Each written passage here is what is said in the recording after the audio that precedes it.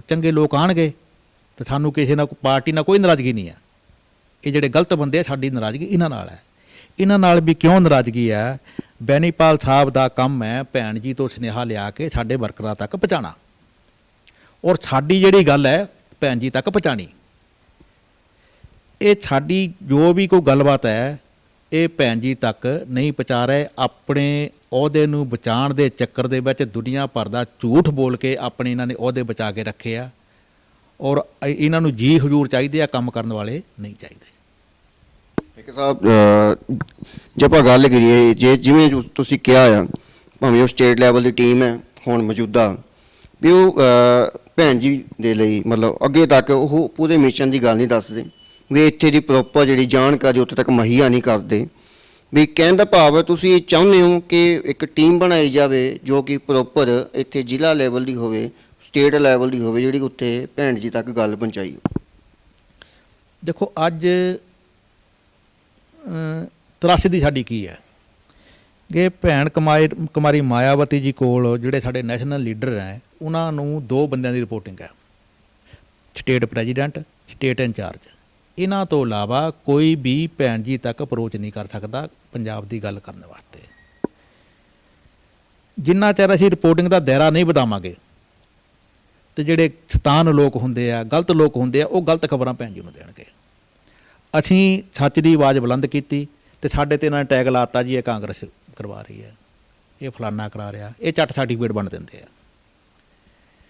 ਤੇ ਜਿੰਨਾ ਚਿਰ ਇੱਕ ਐਡਵਾਈਜ਼ਰੀ ਕਮੇਟੀ ਬਣਾਈ ਜਾਵੇ, ਜਿਹੜੀ ਬਾਮ ਸੇਫ ਦਾ ਬਹੁਤ ਵੱਡਾ ਰੋਲ ਹੈ, ਬਾਮ ਸੇਫ ਤੋਂ ਰਿਪੋਰਟਿੰਗ ਲਈ ਜਾਵੇ ਵੀ ਪੰਜਾਬ ਦੇ ਵਿੱਚ ਕਿਸੇ ਵੀ ਸਟੇਟ 'ਚ ਜੇ ਅਸੀਂ ਅੱਗੇ ਵਧਣਾ ਤਾਂ ਉਹ ਸਾਡੀ ਰਿਪੋਰਟਿੰਗ ਜਿਹੜੀ ਹੈ ਨਾ ਹਰੇਕ ਗਰੁੱਪਾਂ ਤੋਂ ਹੋਣੀ ਚਾਹੀਦੀ ਹੈ। ਜਿਹੜੀ ਪੰਜਾਬ ਦੀ ਪੂਰੀ ਬੋਡੀ ਹੈ ਉਹਦੇ ਤੋਂ ਰਿਪੋਰਟ ਲਈ ਜਾਵੇ, ਅਤੇ ਜਿਹੜੀ ਪੰਜਾਬ 'ਚ ਬਾਮ ਸੇਫ ਹੈ, ਜਿਹੜੀ BSP ਲਈ ਕੰਮ ਕਰਦੀ ਹੈ, ਰੀੜ੍ਹ ਦੀ ਹੱਡੀ ਆ, ਫੰਡਿੰਗ ਕਰਦੀ ਹੈ, ਉਹਨਾਂ ਤੋਂ ਰਿਪੋਰਟਿੰਗ ਲਈ ਜਾਵੇ। ਅਤੇ ਜਿੰਨਾ ਚਿਰ ਜਿਹੜੀ ਰਿਪੋਰਟਿੰਗ ਜੇ ਇਹਨਾਂ ਤੋਂ ਰਿਪੋਰਟਿੰਗ ਲਈ ਜਾਊਗੀ ਤਾਂ ਇਹ ਜਿਹੜੇ ਗਲਤ ਖਬਰ ਪਹੁੰਚਾਉਣ ਵਾਲੇ ਆ, ਗਲਤ ਰਿਪੋਰਟ ਦੇਣ ਵਾਲੇ ਆ, ਇਹਨਾਂ ਦੇ ਮਨ 'ਚ ਡਰ ਬੈਠੂਗਾ ਕਿ ਜੇ ਮੈਂ ਝੂਠ ਬੋਲਿਆ ਭੈਣ ਜੀ ਕੋਲ ਜਾ ਕੇ ਤਾਂ ਇਹਨਾਂ ਬੰਦਿਆਂ ਨੇ ਉੱਥੇ ਜਾ ਕੇ ਸੱਚ ਬੋਲ ਦੇਣਾ ਤਾਂ ਪਰਦਾ ਜ਼ਾਹਰ ਹੋ ਜਾਣਾ।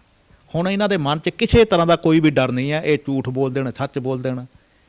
ਹੁਣ ਪੰਜਾਬ ਦਾ ਸਮਝੌਤਾ ਹੋਇਆ, ਭੈਣ ਜੀ ਨੇ ਸਮਝੌਤੇ ਵਾਸਤੇ ਇਹਨਾਂ ਨੂੰ ਹਾਂ ਕਰਤੀ। ਸੀਟਾਂ ਦੀ ਵੰਡ ਇਹਨਾਂ ਨੇ ਖੁਦ ਕਰਨੀ ਸੀ।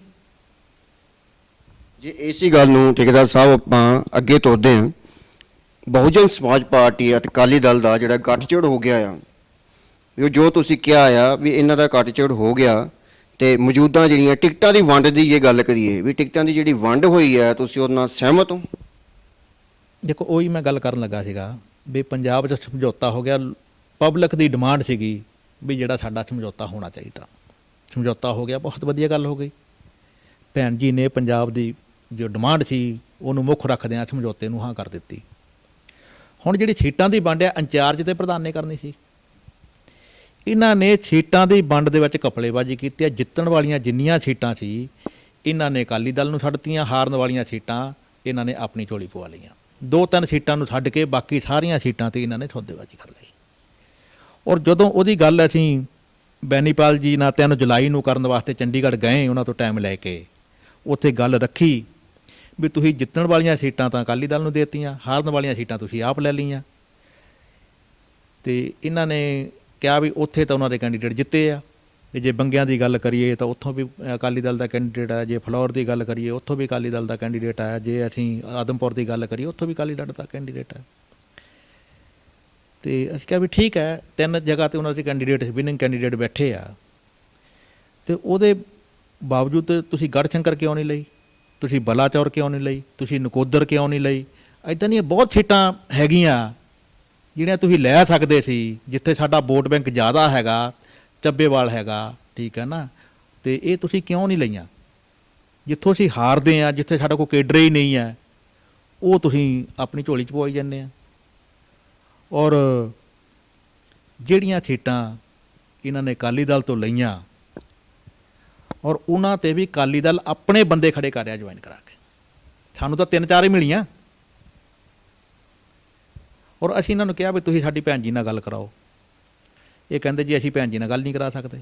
ਸਾਨੂੰ ਪਤਾ ਸੀ ਵੀ ਇੰਚਾਰਜ ਤੋਂ ਬਗੈਰ ਭੈਣ ਜੀ ਨੂੰ ਨਹੀਂ ਮਿਲਿਆ ਜਾ ਸਕਦਾ, ਵੀ ਅਸੀਂ ਮਿਲਣਾ ਤੇ ਇੰਚਾਰਜ ਦੇ ਥਰੂ ਮਿਲਣਾ, ਇਹਨਾਂ ਦੇ ਸਾਹਮਣੇ ਗੱਲ ਕਰਨੀ ਆ ਵੀ ਅਸੀਂ ਜੋ ਵੀ ਗੱਲਬਾਤ ਹੈ ਅਸੀਂ ਤੁਹਾਡੇ ਸਾਹਮਣੇ ਕਰਾਂਗੇ। ਇਹ ਕਹਿੰਦੇ ਨਹੀਂ ਜੀ। ਅਸੀਂ ਕਿਹਾ ਵੀ ਤੁਸੀਂ ਤਾਂ ਕਹਿੰਦੇ ਭੈਣ ਜੀ ਕਿਸੇ ਨੂੰ ਮਿਲਦੀ ਨਹੀਂ। ਉਹ 5 ਮੈਂਬਰੀ ਕਮੇਟੀ ਨੇ ਕਿਹਾ ਵੀ ਤੁਸੀਂ ਵੀ ਤਾਂ ਭੈਣ ਜੀ ਨੂੰ ਮਿਲਦੇ ਹੀ ਆ, ਵੀ ਤੁਸੀਂ ਕਿੱਦਾਂ ਮਿਲਦੇ ਆ? ਕਹਿੰਦੇ ਅਸੀਂ ਆਪਣੀ ਰਿਪੋਰਟ ਲੈ ਕੇ ਜਾਂਦੇ ਆ, ਇਹਦੀ ਨੈਗੇਟਿਵ ਰਿਪੋਰਟ ਜਿਹੜੀ ਹੈਗੀ ਆ ਕਰੋਨਾ ਦੀ। ਅਸੀਂ ਕਿਹਾ ਅਸੀਂ ਵੀ ਲੈ ਜਾਵਾਂਗੇ। ਅਸੀਂ ਤਾਂ ਕਹਿੰਦੇ ਜੀ 10 ਮੀਟਰ ਦੂਰ ਬਹਿੰਦੇ ਆ ਭੈਣ ਜੀ ਤੋਂ, ਨੇੜੇ ਜਾਂਦੇ ਨਹੀਂ, ਵੀ ਅਸੀਂ 20 ਮੀਟਰ ਦੂਰ ਬਹਿ ਜਾਵਾਂਗੇ।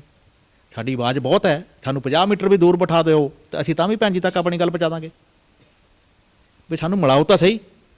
ਇਹਨਾਂ ਨੇ ਸਾਫ਼ ਇਨਕਾਰ ਕਰਤਾ ਮਿਲਾਉਣ ਤੋਂ। ਫਿਰ ਇਹਨਾਂ ਨੂੰ ਕਿਹਾ ਵੀ ਤੁਸੀਂ ਜਿਹੜੀਆਂ ਸੀਟਾਂ ਠੀਕ ਨਹੀਂ ਲਈਆਂ ਉਹਨੂੰ ਠੀਕ ਕਰ ਲਓ। ਉਹ ਕਹਿੰਦੇ ਜੀ ਇਸ ਵਿੱਚ ਅਸੀਂ ਕੁਛ ਨਹੀਂ ਕਰ ਸਕਦੇ, ਜੋ ਵੀ ਕਰਨਾ ਸੁਖਬੀਰ ਬਾਦਲ ਨੇ ਕਰਨਾ। ਔਰ ਉਸ ਗੱਲ ਤੋਂ ਇਹ ਸਾਬਤ ਹੁੰਦਾ ਕਿ ਅੱਜ ਜਿਹੜਾ ਸੁਖਬੀਰ ਬਾਦਲ ਹੈ ਉਹ ਬਹੁਜਨ ਸਮਾਜ ਪਾਰਟੀ ਦਾ ਵੀ ਪ੍ਰਧਾਨ ਹੈ ਤੇ ਅਕਾਲੀ ਦਲ ਦਾ ਵੀ ਪ੍ਰਧਾਨ ਹੈ। ਉਹ ਦੋਨੋਂ ਪਾਰਟੀਆਂ ਨੂੰ ਚਲਾ ਰਿਹਾ, ਆਪਣੀ ਮਨਮਰਜ਼ੀ ਨਾਲ ਆਪਣੇ ਬੰਦੇ ਜੁਆਇਨ ਕਰਾ ਕੇ ਉਹਨਾਂ ਨੂੰ ਟਿਕਟਾਂ ਦਵਾ ਰਿਹਾ। ਠੇਕੇਦਾਰ ਸਾਹਿਬ, ਇੱਥੇ ਗੱਲ ਆ ਗਈ ਸ਼੍ਰੋਮਣੀ ਅਕਾਲੀ ਦਲ ਦੀ। ਉਹਨਾਂ ਨੇ ਇੱਕ ਐਲਾਨ ਕੀਤਾ ਆ ਕਿ ਬਹੁਜਨ ਸਮਾਜ ਪਾਰਟੀ ਦਾ ਹੀ ਜਿਹੜਾ ਡਿਪਟੀ ਸੀਐਮ ਹੋਵੇਗਾ। ਤੁਸੀਂ ਕਿਸ ਨਜ਼ਰੀਏ ਨਾਲ ਵੇਖਦੇ ਹੋ ਕਿ ਬਹੁਜਨ ਸਮਾਜ ਪਾਰਟੀ ਦਾ, ਜੇ ਉਹਨਾਂ ਨੇ ਕਹਿ ਦਿੱਤਾ, ਐਲਾਨ ਕਰ ਦਿੱਤਾ ਕਿ ਬਹੁਜਨ ਸਮਾਜ ਪਾਰਟੀ ਦਾ ਹੀ ਡਿਪਟੀ ਸੀਐਮ ਹੋਵੇਗਾ, ਇਸ ਬਾਰੇ ਤੁਸੀਂ ਕਿਸ ਨਜ਼ਰੀਏ ਨਾਲ ਵੇਖਦੇ ਹੋ? ਐਜ਼ ਏ ਤੁਸੀਂ ਮਿਸ਼ਨਰੀ ਨੇ ਹੋ, ਐਜ਼ ਏ ਤੁਸੀਂ ਵਰਕਰ ਰਹੇ ਹੋ, ਸਾਈਕਲਾਂ 'ਤੇ ਜਾ ਕੇ ਬੜੇ ਲੋਕਾਂ ਨਾਲ ਮਿਲੇ ਹੋ, ਬਹੁਜਨ ਸਮਾਜ ਪਾਰਟੀ ਨਾਲ ਜੁੜਿਆ ਆ, ਮੌਜੂਦਾ ਹਾਲਾਤਾਂ ਨੂੰ ਵੇਖਦੇ ਤੁਸੀਂ ਇਸ ਕਿਸ ਨਜ਼ਰੀਏ ਨਾਲ ਵੇਖਦੇ ਹੋ? ਦੇਖੋ, ਇਹ ਜਿਹੜਾ ਲੋਲੀਪੌਪ ਉਹਨਾਂ ਨੇ ਦਿੱਤਾ ਸੀ ਨਾ, ਇਹ ਲੋਲੀਪੌਪ ਦੇ ਵਿੱਚ ਹੀ ਗੜੀ ਦੇ ਮੂੰਹ ਤੋਂ ਲਾਲਾਂ ਨਿਕਲਣ ਲੱਗ ਪਈਆਂ ਕਿ ਮੈਂ ਡਿਪਟੀ ਸੀਐਮ ਬਣ ਜਾਵਾਂਗਾ। ਉਹੀ ਇੱਕ ਉਹਨਾਂ ਨੇ ਐਲਾਨ ਕੀਤਾ ਸੀ ਵੀ ਅਸੀਂ ਦਲਿਤ ਡਿਪਟੀ ਸੀਐਮ ਬਣਾਵਾਂਗੇ, ਅਕਾਲੀ ਦਲ ਨੇ ਐਲਾਨ ਕੀਤਾ ਸੀ, ਤੇ ਉਹੋ ਹੀ ਲਾਲਾਂ ਇਹਦੇ ਮੂੰਹ 'ਚੋਂ ਡਿੱਗਣ ਲੱਗ ਪਈਆਂ। ਤਾਈਓ ਇਹਨਾਂ ਨੇ ਗਿਰ ਕੇ ਸਮਝੌਤਾ ਕੀਤਾ ਕਿ ਮੈਂ ਆਪਣੀ ਸੀਟ ਕੱਢ ਲਵਾਂ, ਬਾਕੀ ਕੋਈ ਜਿੱਤੇ ਨਾ ਜਿੱਤੇ ਮੈਂ ਡਿਪਟੀ ਸੀਐਮ ਬਣ ਜਾਵਾਂ। ਔਰ ਜੇ ਇਹ ਜਿੱਤੂਗਾ ਤਾਂ ਡਿਪਟੀ ਸੀਐਮ ਬਣੂਗਾ। ਫਗਵਾੜੇ ਦੀ ਟੀਮ ਇੰਨਾ ਚੱਲ ਨਹੀਂ ਰਹੀ, ਸਾਰੇ ਉਹਨੇ ਗਰੁੱਪਿਜ਼ਮ ਬਣਾ ਕੇ ਸਾਰੇ ਇਹਨੇ ਨਾਰਾਜ਼ ਕੀਤੇ ਹੋਏ ਆ। ਜਿਨ੍ਹਾਂ ਦੇ ਅਕਾਊਂਟ ਚੈੱਕ ਕਰਦਾ ਸੀ ਬਾਈ ਇਲੈਕਸ਼ਨ ਦੇ ਵਿੱਚ, ਉਹਨਾਂ ਨੂੰ ਜਲੀਲ ਕੀਤਾ ਇਹਨਾਂ ਨੇ, ਉਹਨਾਂ ਨੂੰ ਇਸ ਢੰਗ ਨਾਲ ਜਲੀਲ ਕੀਤਾ। ਉਹ ਰੋ ਕੇ ਉੱਥੋਂ ਨਿਕਲੇ ਬਾਹਰ ਪਾਰਟੀ ਦਫ਼ਤਰ 'ਚੋਂ। ਔਰ ਉਹਨਾਂ ਨੇ ਸਾਰਿਆਂ ਨੇ ਇਕੱਠੇ ਹੋ ਕੇ ਬਾਬਾ ਸਾਹਿਬ ਦੀ ਕਸਮ ਖਾ ਲਈ ਆ ਕਿ ਗੜੀ ਦੇ ਨਾਲ ਕੋਈ ਨਹੀਂ ਚੱਲੇਗਾ। ਹੁਣ ਜਿਨ੍ਹਾਂ ਸਾਡੇ ਬਾਬਾ ਸਾਹਿਬ ਸਰਮੌਰ ਹੈ, ਔਰ ਜਿਨ੍ਹਾਂ ਨੇ ਬਾਬਾ ਸਾਹਿਬ ਦੀ ਕਸਮ ਖਾ ਲਈ, ਉਹ ਤਾਂ ਗੜੀ ਨਾਲ ਕਿੱਦਾਂ ਚੱਲਣਗੇ? ਔਰ ਇੱਥੇ ਜੋ ਗੜੀ ਨੇ ਕੰਡੇ ਬੀਜੇ ਸੀ, ਅੱਜ ਉਹਨੂੰ ਚੁੱਕਣੇ ਪੈ ਰਹੇ ਆ। ਔਰ ਦੂਸਰੀ, ਜੇ ਅਕਾਲੀ ਦਲ ਦੀ ਗੱਲ ਕਰੀਏ ਵੀ ਉਹਨਾਂ ਨੇ ਡਿਪਟੀ ਸੀਐਮ ਬਹੁਜਨ ਸਮਾਜ ਪਾਰਟੀ ਤੋਂ ਬਣੇਗਾ, ਪਿੰਡਾਂ ਦੇ ਵਿੱਚ ਤਾਂ ਲੋਕ ਇਹਨਾਂ ਨੂੰ ਵੜਨ ਨਹੀਂ ਦਿੰਦੇ। ਔਰ ਜਿੱਤਣ ਵਾਸਤੇ ਵੋਟਾਂ ਚਾਹੀਦੀਆਂ, ਉਹ ਲੋਕਾਂ ਨੇ ਪਾਣੀਆਂ, ਲੋਕ ਇਹਨਾਂ ਨੂੰ ਵੜਨ ਨਹੀਂ ਦਿੰਦੇ, ਇਹਨਾਂ ਦਾ ਵਿਰੋਧ ਕਰਦੇ ਆ। ਤੇ ਉਹਨਾਂ ਦਾ ਆਪਣਾ ਸੀਐਮ ਬਣਨਾ ਤਾਂ ਉਹਦਾ ਸੁਪਨਾ ਹੀ ਰਹਿ ਜਾਣਾ, ਤੇ ਡਿਪਟੀ ਸੀਐਮ ਕਿੱਥੋਂ ਬਣਾ ਦੇਣਗੇ? ਬੜੇ ਹੀ ਵਡਮੁੱਲੇ ਵਿਚਾਰ ਸੁਣੇ ਆ ਠੇਕੇਦਾਰ ਸਾਹਿਬ। ਭਾਵੇਂ ਤੁਸੀਂ ਮਿਸ਼ਨ ਦੇ ਲਈ ਤੁਰੇ ਹੋ, ਪਾਰਟੀ ਦੇ ਲਈ ਤੁਰੇ ਹੋ, ਦਿਨ ਰਾਤ ਇੱਕ ਕੀਤੀ ਆ। ਜਦੋਂ ਤੁਸੀਂ ਇਸ ਪਾਰਟੀ ਦੇ ਕੁਝ ਇਹੋ ਜਿਹੇ ਵਰਕਰ ਸਨ, ਕੁਝ ਟੀਮ ਸੀਗੀ, ਉਹਨਾਂ ਤੋਂ ਗੁੱਸੇ ਵੀ ਹੋਏ ਹੋ, ਫੈਡ ਅਪ ਵੀ ਹੋਏ ਹੋ, ਕਦੇ ਇਹ ਨਹੀਂ ਹੋਇਆ ਕਿ ਤੁਹਾਡੇ ਨਾਲ ਦੁਬਾਰਾ ਉਹਨਾਂ ਨੇ ਘਰੇ ਆ ਕੇ ਤੁਹਾਡੇ ਨਾਲ ਵਾਰਤਾ ਕਾਇਮ ਕੀਤੀ ਹੋਵੇ, ਤੁਹਾਨੂੰ ਮਨਾਉਣਾ ਚਾਹਿਆ ਹੋਵੇ? ਹਾਂ, ਜਦੋਂ ਜ਼ਿਲ੍ਹਾ ਹੁਸ਼ਿਆਰਪੁਰ ਉਹਨਾਂ ਨੇ ਭੰਗ ਕਰ ਦਿੱਤਾ, ਔਰ ਬਿਨਾਂ ਕਿਸੇ ਕਾਰਨ ਤੋਂ, ਇੰਜੀਨੀਅਰ ਪੁਰਸ਼ੋਤਮ ਹੀਰ ਜੀ ਪ੍ਰਧਾਨ ਸੀ, ਔਰ ਪੂਰੇ ਜਿਹੜੇ ਹਲਕੇ ਸੀ ਸਾਰੇ ਉਹਨਾਂ ਨੇ ਭੰਗ ਕਰ ਦਿੱਤੇ ਵੀ ਜ਼ਿਲ੍ਹਾ ਹੁਸ਼ਿਆਰਪੁਰ ਦੀ ਬੋਡੀ ਭੰਗ ਕੀਤੀ ਜਾਂਦੀ ਹੈ। ਔਰ ਮੈਂ ਉਹਦਾ ਜਨਰਲ ਸਕੱਤਰ ਸੀ ਮੌਜੂਦਾ ਪੰਜਾਬ ਦਾ। ਲੋਕਾਂ ਨੇ ਮੈਨੂੰ ਸਵਾਲ ਕੀਤੇ ਵੀ ਠੇਕੇਦਾਰ ਸਾਹਿਬ, ਇਹ ਤੁਸੀਂ ਭੰਗ ਕਰ ਦਿੱਤਾ, ਤੁਸੀਂ ਕੀ ਸੋਚ ਕੇ ਭੰਗ ਕੀਤਾ? ਬਹੁਤ ਵਧੀਆ ਕੰਮ ਚੱਲ ਰਿਹਾ, ਟੀਮ ਤੁਹਾਡੀ ਵਧੀਆ ਸੀ। ਮੈਂ ਕਿਹਾ ਵੀ ਇਹਦੇ ਬਾਰੇ ਮੈਨੂੰ ਤਾਂ ਪਤਾ ਨਹੀਂ, ਇਹ ਤਾਂ ਸਟੇਟ ਪ੍ਰੈਜ਼ੀਡੈਂਟ ਨੇ ਭੰਗ ਕੀਤਾ। ਤੇ ਉਹਨਾਂ ਦਾ ਅੱਗੇ ਸਵਾਲ ਸੀ ਵੀ ਤੁਸੀਂ ਫਿਰ ਜਨਰਲ ਸਕੱਤਰ ਕਾਹਦੇ ਆ? ਤੁਸੀਂ ਪੰਜਾਬ ਦੇ ਜਨਰਲ ਸਕੱਤਰ ਆ, ਜੇ ਤੁਹਾਨੂੰ ਇਹ ਜਾਣਕਾਰੀ ਨਹੀਂ ਹੈ ਵੀ ਇਹ ਜ਼ਿਲ੍ਹਾ ਭੰਗ ਕਰ ਦਿੱਤਾ, ਕਾਰਨ ਨਹੀਂ ਤੁਹਾਨੂੰ ਪਤਾ, ਤੇ ਫਿਰ ਤੁਸੀਂ ਜਨਰਲ ਸਕੱਤਰ ਕਾਹਦੇ ਆ? ਤਾਂ ਜਵਾਬ ਉਹਨਾਂ ਦਾ ਬਿਲਕੁਲ ਜਾਇਜ਼ ਸੀ। ਤੇ ਮੈਂ ਗੜੀ ਜੀ ਨੂੰ ਫੋਨ ਕੀਤਾ, ਮੈਂ ਕਿਹਾ ਵੀ ਤੁਸੀਂ ਇਹ ਜ਼ਿਲ੍ਹਾ ਭੰਗ ਕਰ ਦਿੱਤਾ, ਇਹ ਠੀਕ ਨਹੀਂ ਕੀਤਾ ਜੀ, ਜ਼ਿਲ੍ਹਾ ਵਧੀਆ ਚੱਲ ਨਹੀਂ ਸੀ ਰਿਹਾ। ਮੈਂ ਕਿਹਾ ਵੀ ਇਹਦਾ ਕਾਰਨ, ਇੱਕ ਵੀ ਕਾਰਨ ਦੱਸੋ ਵੀ ਆਹ ਕਾਰਨ ਸੀਗਾ ਨਾ ਚੱਲਣ, ਨਹੀਂ ਚੱਲ ਰਿਹਾ, ਤੁਸੀਂ ਕਾਰਨ ਦੱਸੋ ਕਿਹੜਾ ਆ, ਅਸੀਂ ਉੱਤੇ ਵਿਚਾਰ ਕਰਦੇ ਹਾਂ। ਪਰ ਉਹਨਾਂ ਨੇ ਕਾਰਨ ਕੋਈ ਨਹੀਂ ਦੱਸਿਆ। ਔਰ ਜਿੰਨੇ ਵੀ ਹਲਕੇ 'ਚ ਮਿਸ਼ਨ ਦੀ ਗੱਲ ਕਰਨ ਵਾਲੇ ਲੋਕ ਸੀਗੇ, ਉਹਨਾਂ ਨੇ ਪੋਸਟਾਂ ਪਾਉਣੀਆਂ ਸ਼ੁਰੂ ਕਰ ਦਿੱਤੀਆਂ ਵੀ ਜ਼ਿਲ੍ਹਾ ਹੁਸ਼ਿਆਰਪੁਰ ਨੂੰ ਦੁਬਾਰਾ ਬਹਾਲ ਕੀਤਾ ਜਾਵੇ ਐਜ਼ ਇਟ ਇਜ਼। ਔਰ ਇਹਨਾਂ ਨੇ ਉਹਨੂੰ ਦਰਕਨਾਰ ਕੀਤਾ, ਉਹਨਾਂ ਦੀਆਂ ਭਾਵਨਾਵਾਂ ਨੂੰ ਵੀ ਠੇਸ ਪਹੁੰਚਾਈ ਅਤੇ ਜ਼ਿਲ੍ਹਾ ਜਿਹੜਾ ਸੀ ਇੱਥੇ ਇਹਨੂੰ ਭੰਗ ਹੀ ਰੱਖਿਆ। ਤੇ ਇੱਥੇ ਨਵਾਂ ਜਿਹੜਾ ਬੋਡੀ ਚੁਣ ਦਿੱਤੀ ਤਾਂ ਪੂਰੇ ਜ਼ਿਲ੍ਹੇ ਹੁਸ਼ਿਆਰਪੁਰ ਦੇ ਵਿੱਚ ਇਹਦਾ ਵਿਰੋਧ ਹੋਇਆ ਵੀ ਇੱਕ ਨੌਜਵਾਨ ਲੜਕਾ ਇੰਜੀਨੀਅਰ ਪੁਰਸ਼ੋਤਮ ਹੀਰ ਜੀ ਵਧੀਆ ਕੰਮ ਕਰ ਰਹੇ ਨੇ, ਠੇਕੇਦਾਰ ਭਗਵਾਨ ਦਾਸ ਜੀ ਉਹਨਾਂ ਦੇ ਨਾਲ ਨੇ, ਇੰਜੀਨੀਅਰ ਸਤਪਾਲ ਜੀ ਨਾਲ ਨੇ, ਇੰਦਰਜੀਤ ਬੱਦਣ ਜੀ ਨਾਲ ਨੇ, ਔਰ ਪਤਾ ਨਹੀਂ ਹੋਰ ਕਿੰਨੀਆਂ ਜਥੇਬੰਦੀਆਂ ਇਹਨਾਂ ਦੇ ਮੋਢੇ ਨਾਲ ਮੋਢਾ ਮਿਲਾ ਕੇ ਚੱਲਦੀਆਂ, ਇਹਨਾਂ ਦਾ ਸਾਥ ਦਿੰਦੀਆਂ। ਔਰ ਵੋਟ ਵਧਣ ਦਾ ਕਾਰਨ ਵੀ ਇਹੀ ਸੀਗਾ ਵੀ ਅਸੀਂ ਸਾਰਿਆਂ ਨੂੰ ਨਾਲ ਲੈ ਕੇ ਚੱਲਦੇ ਸੀਗੇ ਅਤੇ ਸਾਡੀ ਇੱਕ ਵਧੀਆ ਟੀਮ ਸੀ। ਅਤੇ ਚਲੋ ਅਸੀਂ ਆਪਣੀ ਨਾਰਾਜ਼ਗੀ ਜ਼ਾਹਰ ਕੀਤੀ ਅਤੇ ਗੜੀ ਜੀ ਮੇਰੇ ਕੋਲ ਘਰ ਆਏ, ਕਹਿੰਦੇ ਵੀ ਠੇਕੇਦਾਰ ਸਾਹਿਬ ਆ ਜਿਹੜਾ ਅਨਾਉਂਸ ਹੈ ਅਸੀਂ ਜ਼ਿਲ੍ਹੇ ਦਾ ਤੁਹਾਡੇ ਕੋਲੋਂ ਕਰਾਉਣਾ, ਅਨਾਉਂਸਮੈਂਟ ਅਸੀਂ ਜਿਹੜੀ ਬੋਡੀ ਚੁਣਨੀ ਆ। ਮੈਂ ਕਿਹਾ ਗੜੀ ਸਾਹਿਬ, ਜਦੋਂ ਪਹਿਲਾਂ ਹੁਸ਼ਿਆਰਪੁਰ ਦੀ ਤੁਸੀਂ ਬੋਡੀ ਚੁਣੀ ਸੀ, ਤੁਸੀਂ ਮੈਨੂੰ ਕਿਹਾ ਸੀ ਆਹ ਜਿਹੜੇ 6-7 ਬੰਦੇ ਇਹਨਾਂ ਨੂੰ ਉਹਦੇ ਨਹੀਂ ਦੇਣੇ। ਮੈਂ ਤੁਹਾਨੂੰ ਕਿਹਾ ਵੀ ਅਸੀਂ ਕਿਹੜੀ ਇਹਨਾਂ ਨੂੰ ਤਨਖਾਹ ਦੇਣੀ ਆ, ਜੇ ਅਸੀਂ ਇਹਨਾਂ ਨੂੰ ਕਿਤੇ ਐਡਜਸਟ ਕਰ ਦਈਏ ਅਤੇ ਪੁਰਾਣੇ ਬੰਦੇ ਆ ਸਾਡੇ, ਮਿਸ਼ਨ ਲਈ ਇਹਨਾਂ ਨੇ ਕੰਮ ਕੀਤਾ ਆ, ਇਨਕਮ ਸੋਰਸ ਜਿਨ੍ਹਾਂ ਕੋਲ ਕੋਈ ਨਹੀਂ ਹੈਗਾ, ਜੇ ਅਸੀਂ ਐਡਜਸਟ ਕਰ ਦਿੰਦੇ ਤਾਂ ਸਾਨੂੰ ਪ੍ਰੋਬਲਮ ਕੀ, ਅਸੀਂ ਤਨਖਾਹ ਤਾਂ ਦੇਣੀ ਨਹੀਂ। ਕਹਿੰਦੇ ਨਹੀਂ, ਇਹਨਾਂ 'ਤੇ ਇਲਜ਼ਾਮ ਹੈ ਇਹ ਪਾਰਟੀ ਨੂੰ ਥੱਲੇ ਲੈ ਕੇ ਜਾ ਰਿਹਾ, ਇਹਨਾਂ ਨੂੰ ਅਹੁਦੇ ਨਹੀਂ ਦੇਣੇ। ਇਹਨਾਂ ਨੇ ਉਹਨਾਂ ਨੂੰ ਅਹੁਦੇ ਨਹੀਂ ਦਿੱਤੇ। ਉਹਨਾਂ ਨੇ ਸਾਰਿਆਂ ਨੇ ਇਕੱਠੇ ਹੋ ਕੇ ਗੜੀ ਤੱਕ ਅਪਰੋਚ ਕੀਤੀ ਅਤੇ ਗੜੀ ਨੇ ਅੱਗੇ ਇਹ ਕਹਿਤਾ ਵੀ ਅਹੁਦੇ ਤਾਂ ਠੇਕੇਦਾਰ ਸਾਹਿਬ ਨੇ ਦੇਣੇ ਸੀ, ਉਹਨਾਂ ਨੇ ਦਿੱਤੇ ਨਹੀਂ। ਮੇਰੀ ਅਤੇ ਉਹਨਾਂ ਬੰਦਿਆਂ ਦੇ ਵਿੱਚ ਇਹਨਾਂ ਨੇ ਦੁਸ਼ਮਣੀ ਪੈਦਾ ਕਰਤੀ, ਗਰੁੱਪਿਜ਼ਮ ਕ੍ਰੀਏਟ ਕਰਤਾ ਹੁਸ਼ਿਆਰਪੁਰ ਦੀ ਜੇ ਮੈਂ ਗੱਲ ਕਰਾਂ। ਫਿਰ ਕਹਿੰਦੇ ਵੀ ਹੁਣ ਜਿਹੜੀ ਟੀਮ ਹੈ ਇਹ ਤੁਸੀਂ ਅਨਾਉਂਸ ਕਰਨੀ ਹੈ। ਮੈਂ ਕਿਹਾ ਗੜੀ ਸਾਹਿਬ, ਤੁਸੀਂ ਪਹਿਲਾਂ ਵੀ ਟੀਮ ਮੇਰੇ ਕੋਲੋਂ ਜ਼ਬਰਦਸਤੀ ਇਹ ਕਰਵਾਈ ਸੀ ਔਰ ਇਹਨਾਂ ਬੰਦਿਆਂ ਨੂੰ ਅਹੁਦੇ ਨਹੀਂ ਦੇਣੇ, ਤਾਂ ਬਾਅਦ 'ਚ ਤੁਸੀਂ ਅੰਦਰ ਵੜ ਕੇ ਉਹਨਾਂ ਨੂੰ ਅਹੁਦੇ ਦੇ ਦਿੱਤੇ, ਮੈਨੂੰ ਤੁਸੀਂ ਰੋਕਿਆ, ਮੇਰੇ 'ਚ ਤੁਸੀਂ ਦੁਸ਼ਮਣੀ ਪੈਦਾ ਕਰਤੀ, ਦੀਵਾਰ ਖੜੀ ਕਰਤੀ, ਠੀਕ ਹੈ ਨਾ, 2 ਗਰੁੱਪ ਕ੍ਰੀਏਟ ਕਰਤੇ ਤੁਸੀਂ ਪੰਜਾਬ ਹੁਸ਼ਿਆਰਪੁਰ ਦੇ ਵਿੱਚ। ਹੁਣ ਮੈਂ ਤਾਂ ਗਲਤ ਨੂੰ ਗਲਤ ਅਤੇ ਸਹੀ ਨੂੰ ਸਹੀ ਕਹਾਂਗਾ। ਜੇ ਤੁਸੀਂ ਕਹੋ ਵੀ ਜਿੱਦਾਂ ਮੈਂ ਕਹਿ ਦਾਂ ਤੁਸੀਂ ਉੱਦਾਂ ਹੀ ਉਹਨੂੰ ਅਨਾਉਂਸ ਕਰ ਦਿਓ, ਮੈਂ ਕਿਹਾ ਬਿਲਕੁਲ ਨਹੀਂ ਕਰਾਂਗਾ। ਪਹਿਲਾਂ ਉੱਤੇ ਚਰਚਾ ਹੋਏਗੀ ਵੀ ਕਿਹੜਾ ਬੰਦਾ ਕਿੱਥੇ ਫਿੱਟ ਕਰਨਾ, ਕਿਹਨੂੰ ਕੀ ਕਰਨਾ, ਠੀਕ ਹੈ ਨਾ, ਉਹਦੀਆਂ ਕਮੀਆਂ ਜਿਹੜੀਆਂ ਹੈਗੀਆਂ ਨਾ ਉਹ ਸਾਹਮਣੇ ਲਿਆਉਣੀਆਂ ਪੈਣਗੀਆਂ। ਉਹਦੇ 'ਚ ਜੇ ਸੁਧਾਰ ਹੋ ਸਕਦਾ ਤਾਂ ਆਪਾਂ ਉਹਦੇ ਹਿਸਾਬ ਨਾਲ ਉਹਨੂੰ ਕਰਾਈਏ। ਮੈਂ ਉਹਨਾਂ ਨੂੰ ਮਨਾ ਕਰਤਾ ਵੀ ਮੈਂ ਨਹੀਂ ਅਨਾਉਂਸ ਕਰਾਂਗਾ, ਕਿਉਂਕਿ ਮੈਂ ਹੁਣ ਦੁਬਾਰਾ ਫੇਰ ਨਹੀਂ ਕਿਸੇ ਦਾ ਦੁਸ਼ਮਣ ਬਣਨਾ। ਪਹਿਲਾਂ ਤਾਂ ਤੁਸੀਂ ਮੈਨੂੰ ਬਣਾਤਾ, ਹੁਣ ਨਹੀਂ ਮੈਂ ਦੁਬਾਰਾ ਬਣਨਾ। ਉਸ ਤੋਂ ਬਾਅਦ ਇਹ ਚਲੇ ਗਏ। ਅਸੀਂ ਇਹਨਾਂ ਨੇ ਅਨਾਉਂਸ ਕੀਤਾ ਤਾਂ ਪੂਰੇ ਹੁਸ਼ਿਆਰਪੁਰ ਦੇ ਵਿੱਚ ਘੱਟ ਤੋਂ ਘੱਟ 50 ਬੰਦਿਆਂ ਨੇ ਅਸਤੀਫੇ ਦਿੱਤੇ ਹੋਣੇ, 55 ਬੰਦਿਆਂ ਨੇ। ਹਫ਼ਤਾ 10 ਦਿਨ 15 ਦਿਨ ਅਸਤੀਫਿਆਂ ਦਾ ਦੌਰ ਚੱਲਦਾ ਰਿਹਾ, ਪੂਰੇ ਹੁਸ਼ਿਆਰਪੁਰ ਜ਼ਿਲ੍ਹੇ 'ਚੋਂ ਅਸਤੀਫਿਆਂ ਦਾ ਦੌਰ ਚੱਲਦਾ ਰਿਹਾ। ਘੱਟ ਤੋਂ ਘੱਟ 50 ਤੋਂ ਜ਼ਿਆਦਾ ਬੰਦਿਆਂ ਨੇ ਅਸਤੀਫੇ ਦਿੱਤੇ। ਉਸ ਤੋਂ ਬਾਅਦ ਬੈਨੀਪਾਲ ਜੀ ਅਤੇ ਗੜੀ ਜੀ ਮੇਰੇ ਘਰ ਆਏ। ਚੌਧਰੀ ਖੁਸ਼ੀ ਰਾਮ ਜੀ IAS ਰਿਟਾਇਰਡ, ਜਿਨ੍ਹਾਂ ਨੇ ਲੋਕ ਸਭਾ ਦਾ ਇਲੈਕਸ਼ਨ ਲੜਿਆ ਸੀ, ਉਹਨਾਂ ਨੇ ਮੇਰੇ ਨਾਲ ਰਾਬਤਾ ਕੀਤਾ ਵੀ ਉਹ ਤੁਹਾਨੂੰ ਮਿਲਣਾ ਚਾਹੁੰਦੇ ਆ। ਮੈਂ ਕਿਹਾ ਵੀ ਮੈਨੂੰ ਕਿਸੇ ਨਾਲ ਕੋਈ ਪ੍ਰੋਬਲਮ ਨਹੀਂ ਹੈ, ਜੇ ਕੋਈ ਮੈਨੂੰ ਮਿਲਣਾ ਚਾਹੁੰਦਾ, ਗੱਲਬਾਤ ਕਰਨਾ ਚਾਹੁੰਦਾ ਤਾਂ ਡਾਇਲੋਗ ਦੇ ਵਿੱਚੋਂ ਰਸਤੇ ਨਿਕਲਦੇ ਆ, ਠੀਕ ਹੈ, ਮਿਲਣ 'ਚ ਕੋਈ ਪ੍ਰੋਬਲਮ ਨਹੀਂ। ਆ ਜਾਣ ਇਹ 3-4 ਜਣੇ, ਇਹ ਗੜੀ ਜੀ, ਰਣਜੀਤ ਸਿੰਘ ਬੈਨੀਪਾਲ ਜੀ, ਨਛੱਤਰ ਜੀ ਔਰ ਚੌਧਰੀ ਖੁਸ਼ੀ ਰਾਮ ਜੀ ਔਰ ਵਿਪਲ ਜੀ, ਜਿਹੜੇ ਵਿਪਲ ਜੀ ਪੰਜਾਬ ਦੇ ਸੈਕੰਡ ਇੰਚਾਰਜ ਆ, ਸ਼ਹਿਰ ਇੰਚਾਰਜ ਆ, ਉਹ ਵੀ ਨਾਲ ਸੀਗੇ। ਇਹ 5-6 ਬੰਦਿਆਂ ਦੀ ਟੀਮ ਮੇਰੇ ਕੋਲ ਘਰ ਆਈ, ਗੱਲਬਾਤ ਇਹਨਾਂ ਨੇ ਮੇਰੀ ਸੁਣੀ ਅਤੇ ਉੱਥੇ ਇਹਨਾਂ ਨੇ ਇਹ ਗਲਤੀ ਮੰਨੀ ਕਿ ਇਹ ਜੋ ਹੋਇਆ ਗਲਤ ਹੋਇਆ। ਉੱਥੇ ਇਹ ਵੀ ਗੜੀ ਜੀ ਦੀ ਗਲਤੀ ਮਨਾਈ ਗਈ। ਉਹਨੇ ਮੰਨੀ ਆ ਵੀ ਜਿਹੜੇ ਹੁਸ਼ਿਆਰਪੁਰ 'ਚ ਗਰੁੱਪਿਜ਼ਮ ਪੈਦਾ ਕੀਤਾ ਸੀ ਉਹ ਗੜੀ ਨੇ ਕੀਤਾ ਸੀ। ਇਹਨਾਂ ਬੰਦਿਆਂ ਨੂੰ ਉਹਦੇ ਨਾਂ ਦੇ ਕੇ ਬਾਅਦ 'ਚ ਠੇਕੇਦਾਰ ਦਾ ਨਾਮ ਲਾਤਾ। ਇੱਥੇ ਇਹਨਾਂ ਨੇ ਗਲਤੀ ਮੰਨੀ।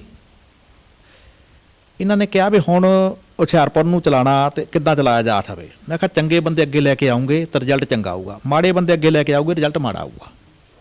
ਜਿਸ ਪਿੰਡ ਦੇ ਵਿੱਚ ਸਾਡੇ ਚੰਗੇ ਵੋਟ ਬੰਦੇ ਆ ਤਾਂ ਸਾਨੂੰ ਚੰਗੀ ਵੋਟ ਪੈ ਜਾਂਦੀ ਆ, ਜਿੱਥੇ ਕੋਈ ਥੋੜ੍ਹੇ ਇੱਦਾਂ ਦੇ ਉੱਥੇ ਸਾਨੂੰ ਘੱਟ ਵੋਟ ਪੈਂਦੀ ਆ। ਸਾਨੂੰ ਚੰਗੇ ਬੰਦੇ ਅੱਗੇ ਲੈ ਕੇ ਆਉਣੇ ਪੈਣਗੇ। ਇਹਨਾਂ ਨੇ ਕਿਹਾ ਵੀ ਹੁਣ ਕੀ ਹੋ ਸਕਦਾ। ਮੈਂ ਕਿਹਾ ਦੇਖੋ ਗਲਤ ਨੂੰ ਗਲਤ ਅਤੇ ਸਹੀ ਨੂੰ ਸਹੀ ਕਹਿਣਾ ਪਏਗਾ। ਕਹਿੰਦੇ ਵੀ ਜੇ ਤੁਹਾਡੀ ਨਾਰਾਜ਼ਗੀ ਸੀ ਤਾਂ ਤੁਸੀਂ ਮੈਨੂੰ ਕਿਉਂ ਨਹੀਂ ਦੱਸੀ। ਬੈਨੀਪਾਲ ਜੀ ਕਹਿੰਦੇ, ਮੈਂ ਕਿਹਾ ਜੀ ਤੁਸੀਂ ਤਾਂ ਸਾਰਾ ਕੁਛ ਕਰਾ ਰਹੇ ਸੀ, ਤੁਹਾਨੂੰ ਸਾਰਾ ਕੁਛ ਪਤਾ ਸੀ। ਮੈਂ ਕਿਹਾ ਮੰਨ ਲਓ, ਮੈਂ ਇੱਕ ਉਹਨਾਂ ਨੂੰ ਐਗਜ਼ਾਮਪਲ ਦਿੱਤੀ। ਮੈਂ ਕਿਹਾ ਵੀ ਮੰਨ ਲਓ ਸਾਡੇ 2 ਭਰਾਵਾਂ ਦੇ ਵਿੱਚ ਝਗੜਾ ਹੋ ਗਿਆ, ਗੜੀ ਜੀ ਤੇ ਤਾਂ ਮੇਰੇ 'ਚ, ਗੜੀ ਜੀ ਵੱਡਾ ਭਰਾ ਮੈਂ ਕਿਹਾ ਇਹ ਏਜ ਨਾ ਨਹੀਂ ਹੈ ਇਹਨੂੰ ਤੋਲਣਾ ਨਾਪਣਾ, ਇਹ ਉਹਦੇ 'ਚ ਵੱਡੇ ਸੀ, ਮੈਂ ਛੋਟਾ ਸੀ। ਇਹਨਾਂ ਨੇ ਕੀ ਕੀਤਾ, ਮੇਰਾ ਜਿਹੜਾ ਇਮਾਨਦਾਰੀ ਨਾਲ ਘਰ ਬਣਾਇਆ ਸੀ, ਮਿਹਨਤ ਨਾਲ ਘਰ ਬਣਾਇਆ ਸੀ, ਇਹਨਾਂ ਨੇ ਟੈ ਟੇਰੀ ਕਰਤਾ। ਔਰ ਇਹ ਗੱਲ ਬਾਪ ਨੂੰ ਵੀ ਪਤਾ ਲੱਗ ਗਈ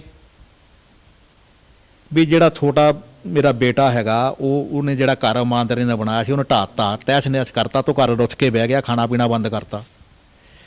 ਮੈਂ ਕਿਹਾ ਬੈਨੀਪਾਲ ਸਾਹਿਬ ਦੱਸੋ ਇੱਥੇ ਬਾਪ ਦੀ ਕੀ ਡਿਊਟੀ ਬਣਦੀ ਆ?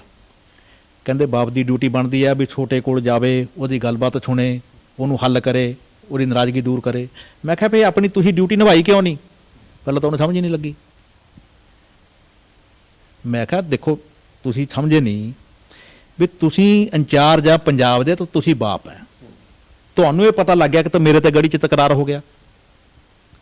ਉਹ ਗੜੀ ਨੇ ਮੇਰਾ ਜਿਹੜਾ ਇਮਾਨਦਾਰੀ ਦਾ ਘਰ ਬਣਾਇਆ ਸੀ ਹੁਸ਼ਿਆਰਪੁਰ ਭੰਗ ਕਰਕੇ ਤਹਿਸ ਨਹਿਸ ਕਰਤਾ, ਔਰ ਮੇਰੇ 'ਚ ਨਾਰਾਜ਼ਗੀ ਆ ਗਈ, ਮੈਂ ਰੁੱਸ ਕੇ ਘਰ ਬਹਿ ਗਿਆ।